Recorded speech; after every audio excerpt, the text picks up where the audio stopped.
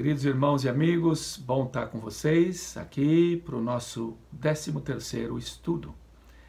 Hoje vamos ver 2 mandamentos, mais uma vez, assim como na semana passada. A gente está se estendendo um pouquinho mais, por isso só 2. E hoje vamos começar com o de número 44, onde Jesus, em determinado momento, diz para os discípulos: fazei isto em memória de mim.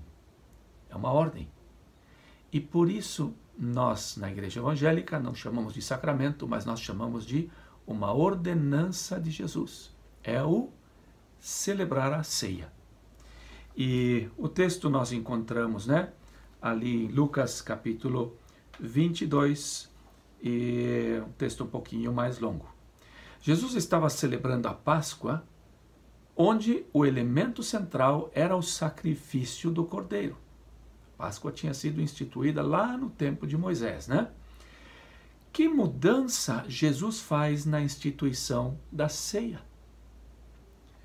Jesus está celebrando a Páscoa. Os discípulos tinham ido preparar e eles começam, possivelmente também, tiveram um cordeiro, estavam comendo os pães sem fermento, as ervas amargas, tudo como era... como tinha sido determinado por Moisés. E, de repente, Jesus levanta, toma o pão, parte e diz: esse é o meu corpo que é dado por vocês.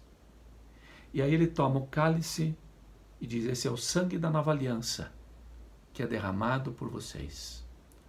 E aquilo era algo completamente novo. O que é que Jesus estava fazendo? Jesus, naquele momento, estava instituindo algo novo, mas totalmente relacionado com a Páscoa. Ele estava dizendo: eu sou o Cordeiro. Eu é que vou estar entregando o meu corpo e o meu sangue por vocês. Algo muito maior do que aquilo que se celebrava na Páscoa. B, agora, um trabalho um pouquinho maior, não sei quantos de vocês fizeram, mas vale a pena um estudo. Leia Êxodo 12, do 1 ao 28, e converse com os outros sobre as semelhanças e diferenças entre a Páscoa judaica, instituída por Moisés, e a Santa Ceia. Lembrando que Jesus é a nossa Páscoa. E a ideia era que você fosse assim, versículo por versículo ali de Êxodo, e pensasse um pouco naquilo que você já aprendeu no Novo Testamento sobre Jesus. E eu aqui fiz uma relação, talvez dá para ver um pouquinho aí, das coisas que eu achei aqui. No versículo 3, nós vemos, o versículo diz: cada um tomará para si um cordeiro. Ou seja, a responsabilidade de tomar o cordeiro, de comer, era individual, ainda que eles celebravam com a família. Todos deveriam comer. A mesma coisa acontece com Cristo. Todo aquele que crê em mim não viverá em trevas, mas terá a luz em si mesmo.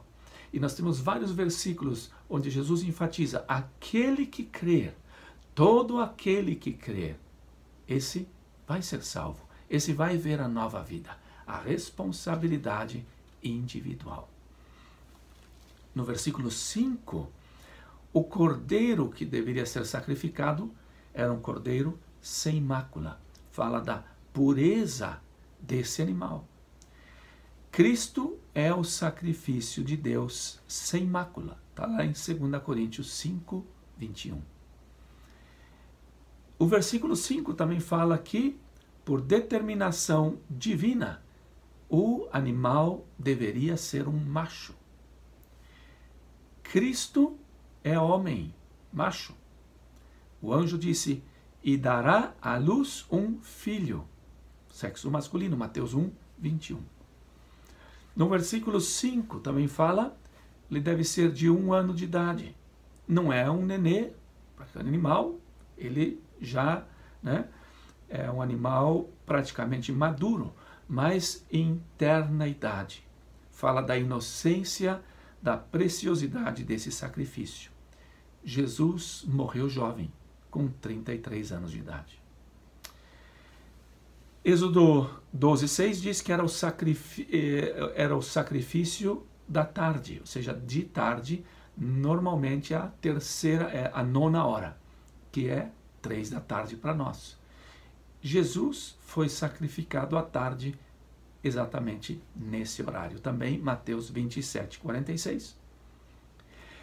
Eles não deveriam, na Páscoa, comer nada cru e também não deveriam comer nada cozido.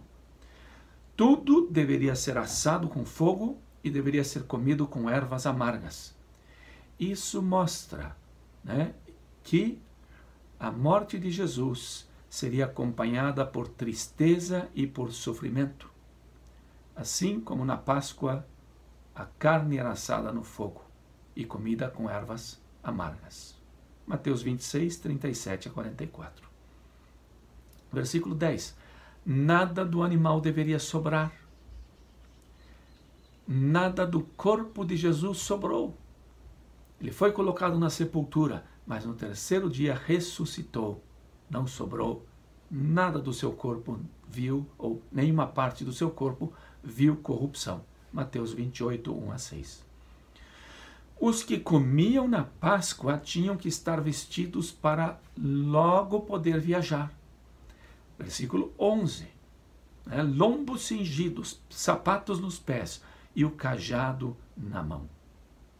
Nós também. Não significa que nós temos que celebrar a ceia com pressa. Na verdade, não. Nós deveríamos tomar o tempo. Mas a ceia, Paulo relaciona e diz assim: andem em novidade de vida. Caminhem como peregrinos nesse mundo, com uma vida nova. Nós que temos a salvação em Jesus Cristo, não ficamos sentados. Nós agimos, nós estamos peregrinando e sendo uma bênção nesse mundo. Versículo 13. O sangue era um sinal de que a morte não os alcançaria. Diz ali: o sangue vos será por sinal nas casas em que estiverdes. Quando eu vir o sangue, passarei por vocês e não haverá entre vós praga destruidora. Em Jesus Cristo nós temos um sangue muito melhor.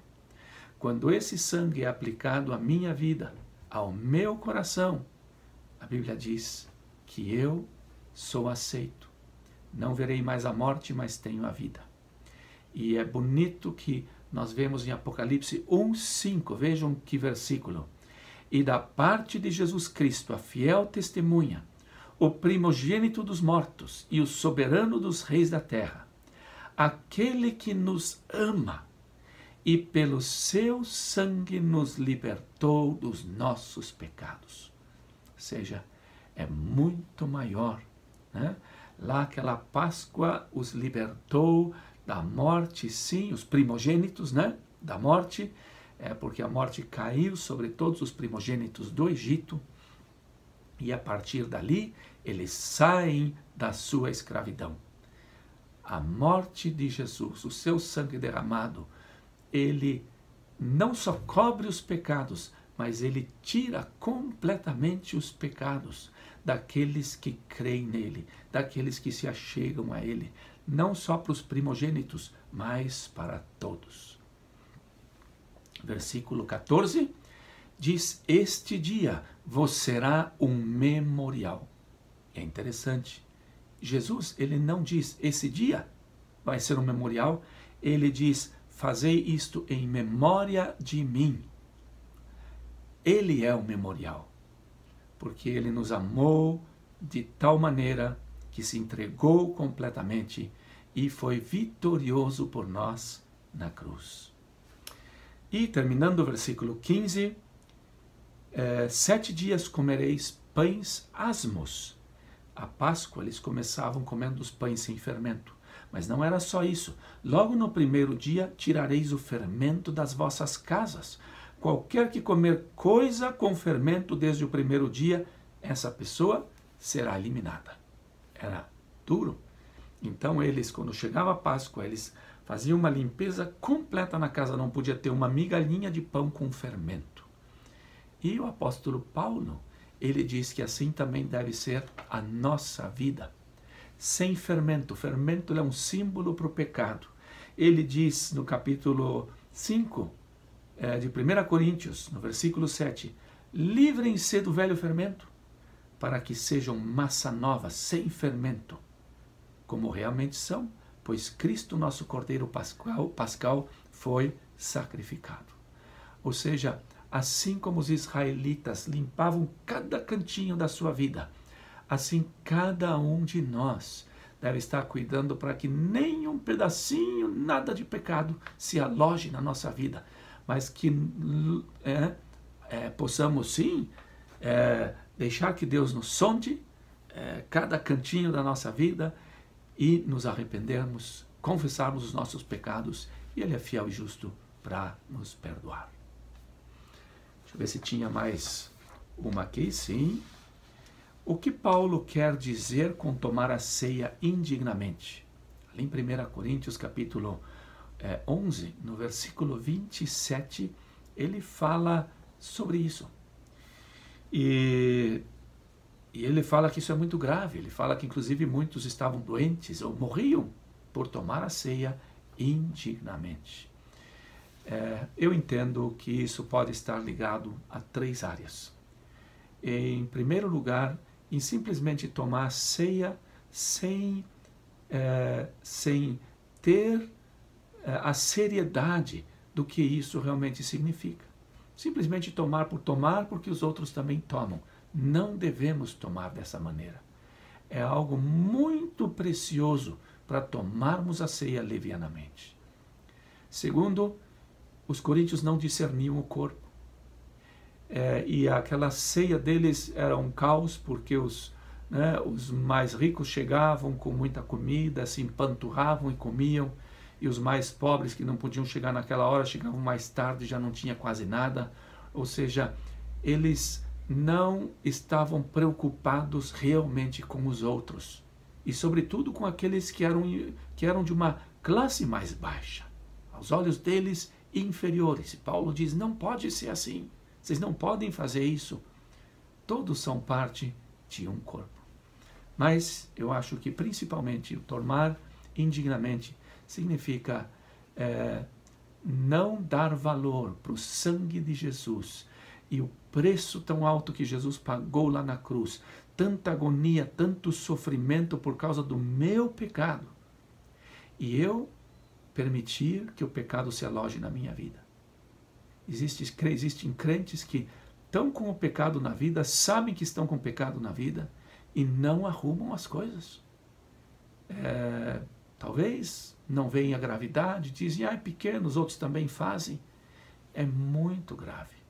Se eu enxergo qualquer coisa na minha vida que não é boa, e eu deixo aquilo ali, eu estou valorizando pouco aquilo que Jesus fez por mim na cruz.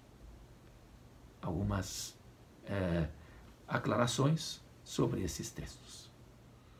Vamos para a próxima, 45, onde em Mateus 26, 41, Jesus termina o tempo da ceia, o traidor é indicado, Judas saiu, e Jesus agora sai com os seus discípulos para o jardim do Getsemani. E ali Jesus,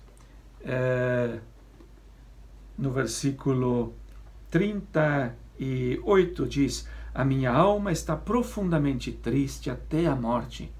Ficai aqui e vigiai comigo. Essa é a primeira pergunta. O que significa vigiai comigo nesse versículo? Jesus nos parece muitas vezes bem autossuficiente. Ele não precisa de ninguém. Não é o que nós vemos aqui. Ele também era 100% homem. E quando ele diz para os discípulos, ficai aqui e vigiai comigo, ele queria ter ali aqueles 3 seus discípulos mais próximos, orando e intercedendo com ele. Ele abriu o coração, ele diz, a minha alma está muito triste, profundamente amargurada, porque ele sabia o que viria. E ele queria dizer, faz toda a diferença saber que vocês estão comigo orando. E é tão bom quando nós estamos passando por momentos difíceis e sabemos que pessoas estão orando por nós. Por isso, sejamos pessoas que vigiam em oração pelos outros. Seguindo, a oração tem algum poder sobre a tentação? Explique. Jesus, ele foi orar sozinho. Quando ele volta, ele vê que os discípulos estão dormindo. E aí ele diz, vigiai e orai para que não entreis em tentação. A oração, ela não impede a tentação. A tentação, ela vem, e muitas vezes muito mais forte para pessoas que oram muito. Mas a oração, ela dá vitória na tentação. E por isso, a oração é tão importante. Quando nós somos tentados, você pode experimentar isso em qualquer área da tua vida. E você naquele momento levanta uma oração a Deus e clama ao Senhor. Você vai ver como as coisas mudam ali. Como vem força, como vem poder, como vem uma dica. Às vezes você talvez vai ter que levantar e sair para um outro lugar, desligar daquilo que você está fazendo, não sei. Mas a vitória é certa para aquele que ora. E é o que Jesus está dizendo aqui. Vigiai para que vocês não caiam na tentação. E Jesus chama sobretudo a atenção de Pedro, que se colocou como valente, que não ia negar Jesus, né? E quando foi um pouquinho, né, umas horas depois, ele estava negando a Jesus. O que Jesus quis dizer com o espírito, na verdade, está pronto, mas a carne é fraca, no versículo 41. O espírito é aquela área que está ligada com Deus e que sabe aquilo que Deus quer. A carne está ligada com os nossos desejos muito humanos. E Jesus insiste em dizer, olha, não permita que a carne vença. Para os discípulos a carne estava vencendo, eles estavam cansados, sim. Jesus também estava muito cansado. Mas existem horas onde nós estamos cansados e nós precisamos orar. E às vezes orar por nós, ou às vezes orar pelos outros. E nós vamos entender muitas vezes isso quando de repente às 5 horas da manhã você acorda e o Espírito te diz, ore, tenha um tempo de oração. Mas você está tão cansado e diz, sabe o que depois? Essa é a luta que nós temos constantemente. E Jesus adverte, ele diz, não permita que a carne vença, permita que o Espírito vença. O que podemos aprender de Jesus e da sua vida de oração nesse texto? Em primeiro lugar, que Jesus, nesse momento tão difícil, né, ele não fica choramingando, reclamando, ele vai ao Pai e ele ora. É uma das coisas mais importantes que nós podemos fazer quando estamos num aperto. Segundo, ele foi sincero. Ele abre o coração para o Pai. E ele diz, olha, Pai, isso está tão difícil. Se for possível, passe de mim esse cálice. Ele não tem medo e não tem vergonha de dizer que ele está com medo, que ele está angustiado. Não. Ele abre o seu coração e é sincero. A nossa oração também, muito importante que ela seja sincera, que ela seja de coração. Terceiro, ele não permitiu que a carne vencesse. Primeiro, que ele não fica dormindo, ele vai orar. E segundo, a carne dele não queria sofrer, não queria ir para a cruz, não, ele sabia o que estaria vindo. Mas Jesus se submete ao Pai e diz, não a minha vontade, mas a tua. Ele tem uma predisposição para obedecer. E a oração lhe deu essa vitória. E mas antes disso quarto, enquanto ele não teve paz, ele não parou. Ele foi uma vez, tá? Ele voltou, viu que os discípulos estavam dormindo, falou com eles de novo, voltou lá a segunda vez, depois passou de novo para os discípulos, e aí ele foi pela terceira vez de novo orar. E isso nos mostra, né, que enquanto ele não teve a paz, enquanto ele não teve a vitória, ele continuou orando. Às vezes a gente para muito cedo e a gente tem que aprender de Jesus, que a gente tem que perseverar às vezes um pouco mais. Não são as muitas palavras que vão fazer a diferença, mas é o tempo na presença de Deus. E quinto, ele sai da oração vitorioso. Ele levanta ali daquele lugar onde ele suou lágrimas e ele chega para os discípulos e diz: levantem agora, é chegada a minha hora, vamos. Então, é maravilhoso o exemplo de Jesus aqui também, né, como nosso modelo de oração. E por último, uma pergunta pessoal: estou cometendo as mesmas falhas dos discípulos? O que precisa melhorar, né? Que possamos aprender com Jesus, ser humildes e pedir a Deus que nos ajude a crescermos na nossa vida de oração. Muito bem, esses eram os dois temas: a Páscoa e a ceia, a relação que existe, e vigiai e orai. Sobretudo nesse tempo, precisamos crescer nisso. Que bom que você esteve comigo, que Deus te abençoe e até o próximo estudo, se Ele permitir.